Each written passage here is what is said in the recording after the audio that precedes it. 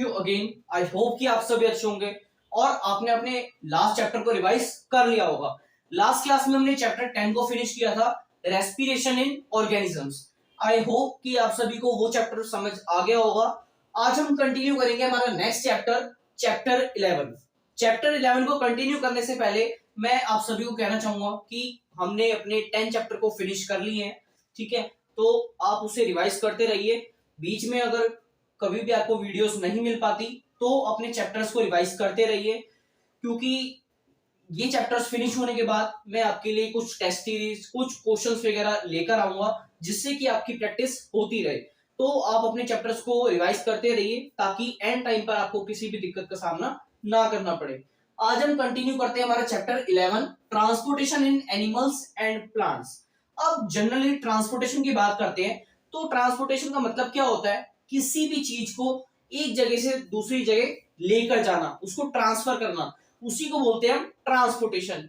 लेकिन साइंस की भाषा में आपको दिख रहा होगा कि क्या लिखा है, एनिमल्स एंड प्लांट्स, कि एनिमल्स और प्लांट्स में किस चीज का ट्रांसपोर्टेशन होता है, उन सब चीजों के बारे में हम पढ़ेंगे। तो बात करते हैं transportation system in animals and plants. We know that all living organisms like plants and animals need food, oxygen and water so that they can survive. अब जिस तरीके से हमने देखा कि डाइजेशन सिस्टम होता है, रेस्पिरेटरी सिस्टम होता है, ठीक है, इसी तरीके से क्या होता है हमारा एक ट्रांसपोर्टेशन सिस्टम। अब जैसे हमने देखा था कि हमारा डाइजेशन सिस्टम होता है, तो डाइजेशन सिस्टम में हमने फूड को डाइजेस्ट कर लिया, लेकिन उसका कोई सिस्टम होता है जिसके थ्रू हमारे को एनर्जी मिलती है। इसी तरीके से रेस्पिरेटरी सिस्टम में हमने क्या करा, एयर को अपनी नॉस्ट्रिल्स के अंदर लिया, उसके बाद ऑक्सीजन मिलने के बाद हमारे को एनर्जी मिली। तो वो एनर्जी किस तरीके से सप्लाई हुई हमारी पूरी बॉडी में, उसके लिए भी कुछ सिस्टम था। इसी तरीके से हम देखेंगे कि ट्रांसपोर्टेशन सिस्टम होता है एनिमल्स और प्लांट्स के लिए। अब हर एक ऑर्गेनिजम्स, जो भी एनिमल्स है चाहे प्लांट्स है, उन सभी को फूड की जरूरत पड़ती है, ऑक्सीजन की, वाटर की, ताकि वो क्या कर पाए, सरवाइव कर पाए। These elements need to be delivered to their body parts so that they can function properly। और ये सारी चीजें उनकी बॉडी तक पहुंचनी चाहिए ताकि वो अपनी डेली लाइफ के फंक्शन को अच्छी तरीके से परफॉर्म कर पाए। Hence, all living organisms need a transportation system in their bodies। इसी चीज को पहुंचाने के लिए उनकी बॉडी में एक ट्रांसपोर्टेशन सिस्टम की हमारे को रिक्वायरमेंट होती है। अब बात करते हैं ह्यूमन सर्कुलेटरी सिस्टम। जो ट्रांसपोर्टेशन सिस्टम की मैं बात कर रहा हूं वो यही है हमारा human circulatory system. The circulatory system is a transport system of the human body which consist of a network that supplies food, water, oxygen and other substances through out the body.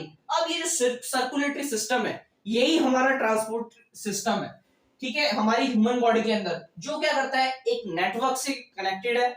उसके अंदर क्या करता है, ये food को supply करता है, water को, ऑक्सीजन को, जितने भी अदर सब्सटेंसेस होते हैं उन सबको ये सप्लाई करता है। अब जो मेन पार्ट्स होते हैं सर्कुलेटरी सिस्टम के, इसका मेन मोटिव ये है कि जो भी चीजें हमारी सारी बॉडी में होंगी, पूरी बॉडी में फैली होंगी, वही क्या कर पाएंगी, हमारा ट्रांसपोर्टेशन का काम अच्छे से देख पाएंगी। तो उसके कुछ मेन पार्ट्स आते हैं। फर्स्ट आता है ब्लड। अब कहीं पर भी अगर आप देखेंगे कोई भी बॉडी पार्ट में अगर आपको कोई कट वगैरह, कोई इंजरी हो जाती है, तो सबसे पहले आप देखेंगे कि हमारी बॉडी से ब्लड निकलने लगता है, ठीक है। तो इसका मतलब क्या है, हमारी पूरी बॉडी में ब्लड सर्कुलेट है। Next, blood vessels. अब जो हमारी बॉडी में ब्लड वेसल्स होती हैं, ठीक है, वेन्स, वेसल्स होती हैं, वो भी हमारी पूरी बॉडी में सर्कुलेट है। नेक्स्ट बात करते हैं हार्ट। अब ये जो हार्ट होता है ये हमारा सबसे मेन पार्ट होता है जो कि हमारी पूरी बॉडी में सर्कुलेशन का काम करता है। नेक्स्ट बात करते हैं ब्लड। अब ये जो हमने 3 मेन कंपोनेंट्स की बात करी, इसके बारे में बात करेंगे हम। फर्स्ट आता है हमारा blood. Blood is a red colour fluid that flows in our body throughout the blood vessels. अब ब्लड आप सभी को पता होगा, मैं उम्मीद करता हूं कि आप सभी को पता होगा कि ब्लड क्या होता है, लेकिन इसको डिफाइन कैसे करेंगे हम। Blood is a red colour fluid, एक रेड कलर का फ्लूइड होता है जो कि हमारी बॉडी में फ्लो करता है, किसकी मदद से, हमारी ब्लड वेसल्स की मदद से। किसकी मदद से, ब्लड वेसल्स की मदद से। Next, functions of blood. अब ब्लड के फंक्शंस के बारे में बात करेंगे कि ब्लड के क्या क्या फंक्शंस होते हैं। First point, the blood act as a medium of transportation in of essential substances throughout our body such as oxygen and nutrients. अब जो ब्लड होता है हमारा वही एक मीडियम की तरह काम करता है, ठीक है। ट्रांसपोर्टेशन क्या करता है, वो एसेंशियल सब्सटेंसेस, जितने भी जरूरी सब्सटेंसेस होते हैं जैसे ऑक्सीजन हो गया, न्यूट्रिएंट्स हो गया, इन सबको सप्लाई करता है हमारी बॉडी में। Next point, blood carries oxygen from the lungs and transported to different cells of the body. अब जो हमारा ब्लड होता है वही ऑक्सीजन को कैरी करता है, कहां से, लंग से, और जितने भी हमारे बॉडी पार्ट्स के सेल्स होते हैं उन सब में ट्रांसपोर्ट करता है। Next, the blood also carries waste material to the kidneys which then filters the blood. अब जो हमारा ब्लड होता है, जितना भी वेस्ट मटेरियल हमारी बॉडी में होता है उन सबको कैरी करता है, किडनी तक ले जाता है, फिर किडनी क्या करती है, उसको फिल्टर करती है। उसके बाद the small intestine digest the food and absorb it nutrient. जितने भी हमारा फूड होता है वो स्मॉल इंटेस्टाइन क्या करती है, उसको डाइजेस्ट करती है, उसको एब्सॉर्ब करती है, जितने भी न्यूट्रिएंट्स होते हैं।